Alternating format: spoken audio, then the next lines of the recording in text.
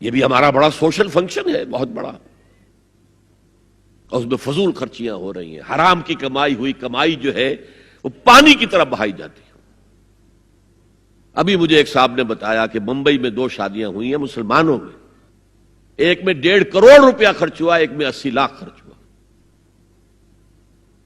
ہم نے وہاں اصلاحی تحریک شروع کی، ضیاء الحق صاحب نے بھی کوشش کی تھی، آرڈیننس پاس کیا تھا، لیکن یہ چیزیں قانون سے نہیں۔ آپ کہیں کہ کسی دعوت میں 50 سے زیادہ مہمان نہیں آئیں گے، وہ 100 آ گئے تو زیادہ سے زیادہ یہ ہوگا پولیس والوں کو رشوت کا کھاتا کھل گیا، جو یہ پیسے لے جائیے صاحب۔ کبھی کبھی وہ پکی پکائی دیگیں لے جا کے اپنے تھانے میں بیٹھ کے کھاتے تھے، لیکن قانون سے نہیں بدلتا مزاج۔ ہم نے کیا طے کیا؟ دیکھو یہ ہے چٹان کی بنیاد۔ آپ کو بڑی اونچی بلڈنگ بنانی ہو تو دیکھنا پڑتا ہے چٹان نیچے بنیاد زمین کیسی ہے۔ تو بنیاد کیا ہے؟ آپ سادگی کرو، سادگی کرو، سادگی کرو، یہ واسطہ بے معنی ہے بالکل، اس لیے کہ غریب کی سادگی کچھ اور ہے، امیر کی سادگی کچھ اور ہے، سادگی کے ایک معنی تو نہیں ہے۔ لہذا کوئی جو ہے راک فاؤنڈیشن وہ تلاش کی جائے، وہ ہم نے کی تلاش۔ جو تقریب حضور سے صحابہ سے ثابت ہے ضرور کرو، ضرور کرو، ضرور کرو، عضوا علیہا بالنواجذ، اپنے دانتوں سے پکڑ لو اس کو۔ اور جو تقریب ثابت نہیں حضور سے اور صحابہ سے، یقیناً یہ کہیں باہر سے آئی ہے، یا تو ہمارا خاندانی پس منظر جو ہے، اکثر تو ہندوؤں سے مسلمان ہوئے، وہ سادات ہوں، صدیقی ہوں، فاروقی ہوں، عثمانی ہوں، وہی ہیں نا جو باہر سے آئے تھے، باقی تو اکثریت یہیں سے، وہ اپنا ہندوانہ پس منظر لے کر آئے۔ تو جس کا ثبوت صحابہ کے دور میں نہیں، وہ یقیناً باہر سے آئی ہوئی چیز ہے، اس میں پھر سادگی نہیں، اس میں کمی نہیں، جڑ سے کاٹو اس کو۔ اس بنیاد پر ہم نے 5 فیصلے کیے، ذرا سن لیجئے آپ بھی، اگر آپ کوئی سوشل ورک کرنا چاہیں اس کو عام کریں۔ نمبر 1، نکاح مسجد میں۔ حدیث موجود ہے، ترمذی شریف کی روایت، اعلنوا ھذا النکاح واجعلوہ فی المساجد، نکاح کا اعلان عام کیا کرو، مسجدوں میں منعقد کیا کرو۔ میں حیران ہوتا ہوں کیوں نہیں علماء کرام نے اس کی طرف توجہ دلائی۔ حدیث ہے، ہاں میں مانتا ہوں ان کا کہنا یہ ہے کہ یہ یہاں جو امر ہے کہ مسجد میں منعقد کرو، یہ امر وجوب کے لیے نہیں ہے، استحباب کے لیے، مستحب ہے یہ کہ مسجد میں۔ تو بھائی مستحب کیوں چھوڑ رہے ہو تم؟ وہ اس لیے چھوڑنا پڑتا ہے، مولوی بیچارے کی حیثیت ہے ہی نہیں معاشرے میں کہ وہ کہے جناب یہاں آئیے میرے پاس، میں نہیں آؤں گا آپ کے گھر نکاح پڑھانے کے لیے۔ وہ اپنا رجسٹر بغل میں دبائے بیٹھا سوکھتا رہتا ہے۔ وہ تو آنی تھی بارات عصر کے وقت، مغرب بھی جا رہی ہے، آئی نہیں، وہ بیٹھا غریب۔ پہلے 20-30 روپے ملتے تھے، اب 200 300 400 ملتے ہیں، اور کیا ہے۔ میں نے انہیں یاد دلایا، دیکھو شرم کرو، عیسائیوں نے آج تک اپنے چرچ کی اور اپنے پادری کی عزت یہ رکھی ہے کہ شہزادے اور شہزادی کی شادی ہوگی وہ بھی پادری چرچ میں آئیں گے۔ شہزادے کی شادی ہو رہی ہے تو جو ان کی پارلیمنٹ کے ساتھ ہے چرچ، وہاں شادی ہوگی، وہاں پردہ نہیں ہے، لڑکا لڑکی دونوں آمنے سامنے کھڑے ہو کر قول و قرار کریں گے۔ ہمارے ہاں پردہ ہے تو اس لیے لڑکی کے گھر بھی جائیں گے تو لڑکی تو محفل میں نہیں آئے گی، لڑکی کا ایک وکیل ہوگا، وہ وکیل اجازت لے کر آئے گا، 2 اس کے گواہ ہوں گے، اس کے سامنے اجازت لی گئی، پھر وہ نکاح خواہ کو اجازت دیں گے، وہ نکاح پڑھا دیں گے۔ پہلی بات یہ ہو گئی کہ نکاح مسجد میں۔ نمبر 2، نکاح کے موقع پر کوئی دعوت طعام نہیں، کوئی ثابت نہیں۔ دعوت طعام صرف ایک ہے، وہ ولیمہ ہے، اور اس قدر معقول بات ہے، سب باپ اپنے سینوں پر ہاتھ رکھ کر سوچیں اور میری بات سنیں، کیا بیٹی کو گھر سے رخصت کرنے کا وقت جو ہے وہ خوشی کا وقت ہوتا ہے؟ جب بیٹی گھر سے جا رہی ہو، کوئی جانور بھی آپ قربانی کے لیے، کوئی مینڈھا کو بکرا لے آئیں 8-10 دن پہلے اور بچے مانوس ہو جائیں تو وہ جب آپ ذبح کرتے ہیں تو پچھاڑے کھاتے ہیں کہ نہیں بچے؟ اور یہ لخت جگر ہے، نور چشم ہے، 18 20 22 برس گھر میں رہی ہے، وہ جا رہی ہے. خوشی نہیں ہے وہاں، صرف یہ ہوتا ہے اے سائی آف ریلیف کہ ایک ذمہ داری کا بوجھ تھا، اللہ نے آج پورا کرا دیا، اتروا دیا بوجھ.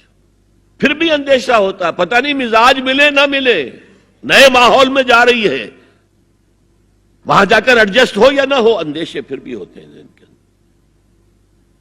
تو ان سے مرغ پلاؤ کھانا اور متنجن کھانا کوئی معقول بات نہیں ہے.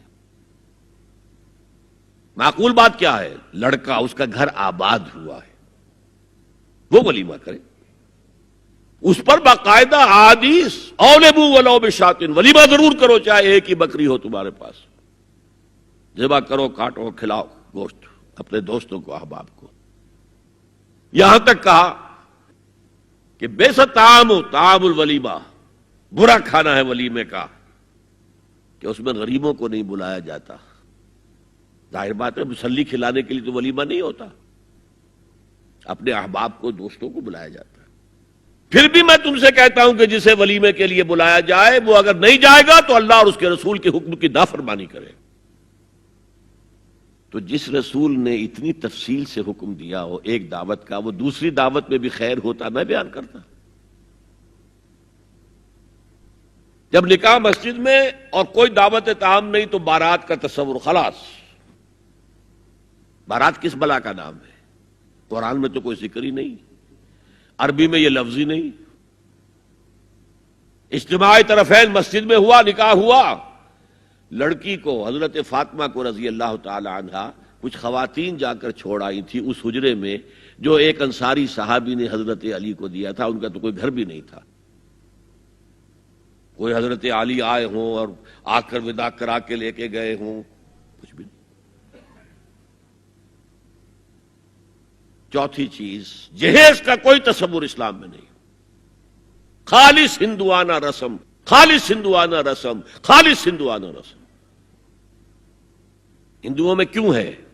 وہ اس لیے ہے، معقول بات ہے کہ لڑکی کا وراثت میں کوئی حصہ ہے ہی نہیں. وہ تو جب گھر سے نکل رہی ہے کچھ دے دلا کے رخصت کر دو، دان دہیج، یہ خیرات ہے. لڑکی کا حق کوئی نہیں ہے گھر پر. اسلام میں تو لڑکی وارث ہے. والد فوت ہوں گے، وراثت تقسیم ہوگی. والدہ فوت ہوں گی، کوئی ان کی ہے ملکیت، وہ تقسیم ہوگی. شادی کے موقع پر کوئی جہیز اسلام میں نہیں، قطعاً نہیں. غلطی سے حضرت فاطمہ کے جہیز کو جہیز کہہ دیا گیا. وہ جہیز کیا تھا؟ ایک پیسہ بھی حضور کے اپنی جیب سے نہیں تھا. اس شادی میں خاص بات کیا تھی کہ دولہا کے ولی بھی حضور ہی ہے. اور کون ہے؟ علی کا کون تھا مدینے میں؟ اور دلہن کے والد بھی حضور ہیں. اب حضور پوچھتے ہیں حضرت علی سے، تمہارے پاس مہر دینے کے لیے کچھ ہے؟ عرض کیا میرے پاس تو کچھ نہیں. وہ فقراء صحابہ میں سے تھے. فرمایا مہر تو دینا ہے. تمہارے پاس ایک زرہ ہوتی تھی؟ جی ہاں زرہ تو ہے. انہوں نے یہ سمجھا زرہ تو جہاد کے لیے ہے، کوئی وہ دولت تو نہیں ہے. فرمایا جاؤ اسے بیچو یا گروی رکھ کے قرض لے کر آؤ. وہ گئے، حضرت عثمان نے خرید لی اور کچھ دنوں کے بعد واپس کر دی ہدیتاً. یہ زرہ میں ہدیہ آپ کو کر رہا ہوں. اس وقت اگر کہتے چھوڑو علی، کہاں تو لو میں پیسے دے دیتا ہوں تمہیں، تو ان کی طبیعت پر بار ہوتا. اس پیسے سے حضور نے کچھ پیسے گھر بھیجے اندر، دلہن کو ذرا تیار کر دو. اور کچھ پیسوں سے وہ ایک گدا جس میں کھجور کی کھال بھری ہوئی تھی، اور 2 تکیے جس میں کھجور کی کھال بھری ہوئی تھی، ایک مشکیزہ، کنویں سے پانی تو لانا ہی ہے نا، ایک چکی، جو ہو یا گیہوں ہو پیسنا تو ہے نا، کوئی 1-2 برتن اور. اللہ اللہ خیر صلی اللہ. یہ تھا جسے جہیز کہتے ہیں، جس میں ایک پیسہ بھی حضور کا شامل نہیں ہے. وہ حضرت فاطمہ کا مہر تھا جسے بنایا گیا. ورنہ مدینے ہی میں دوسری آپ کی صاحبزادی کا نکاح حضرت عثمان سے بھی ہوا. کہیں ذکر ہے جہیز کا؟ حضرت عثمان کا گھر بھرا ہوا، ہر چیزیں موجود، وہاں تو جہیز کا تذکرہ نہیں. بہرحال یہ شادی کو آسان کرو زنا کو مشکل بناؤ. یہاں شادی کے لیے 9 من تیل ہوگا تو رادھا ناچے گی، ورنہ یہ کہ بڑی ہو رہی ہے، عمر ہو رہی ہے، سب کچھ ہو رہا ہے، لیکن کچھ تقاضے تو ہے نا، آخر کچھ تو کرنا ہوتا ہے نا، آخر کچھ نہ کچھ لوگوں کو تو کھانا کھلانا ہی ہوتا ہے نا، بارات تو آخر آئے گی ہی نا، کچھ نہ کچھ تو دینا ہی ہوگا، کچھ جوڑے کپڑے، کچھ یہ. اسلام کا فلسفہ جو میں نے 4-5 باتیں آپ کو بتا، فلسفہ یہ ہے کہ لڑکی کے باپ پر 1 پیسے کا بوجھ نہیں. اس نے لڑکی پال پوس کے تمہارے حوالے کر دیا، اب اور کیا چاہتے ہو تم؟ سارا مرد آزماں مرد آفرین، مرد کو چیلنج دیا ہے، تم مرد ہو، مہر تم دو گے. اور سب سے بڑھ کر کیا ہو رہا ہے آج کل بھی ہوتا ہے، وہ ہمارے ایک کچھ کام ہوتے ہیں اسلامی، وہ بھی ہے کچھ وہی ہندوانہ پس منظر. نکاح کی محفل میں چھوارے کون لے کے آتا ہے جی؟ لڑکے والے. اور پلاؤ کن سے کھاتے ہیں بھائی؟ جس وہ تمہیں مرغ پلاؤ کھلا رہا ہے وہ چھوارے نہیں بانٹ سکتا تھا؟ یہ ہے اسلام اور غیر اسلام کا امتزاج. چھوارے لڑکے والے لے کر آئیں گے اور پھر دعوت اڑائیں گے لڑکی والوں کی طرف سے. هي الحلقات تحفظني بآيات من القرآن، هي الحلقات تملأني بحب المصطفى العدنان، هي الحلقات تحفظني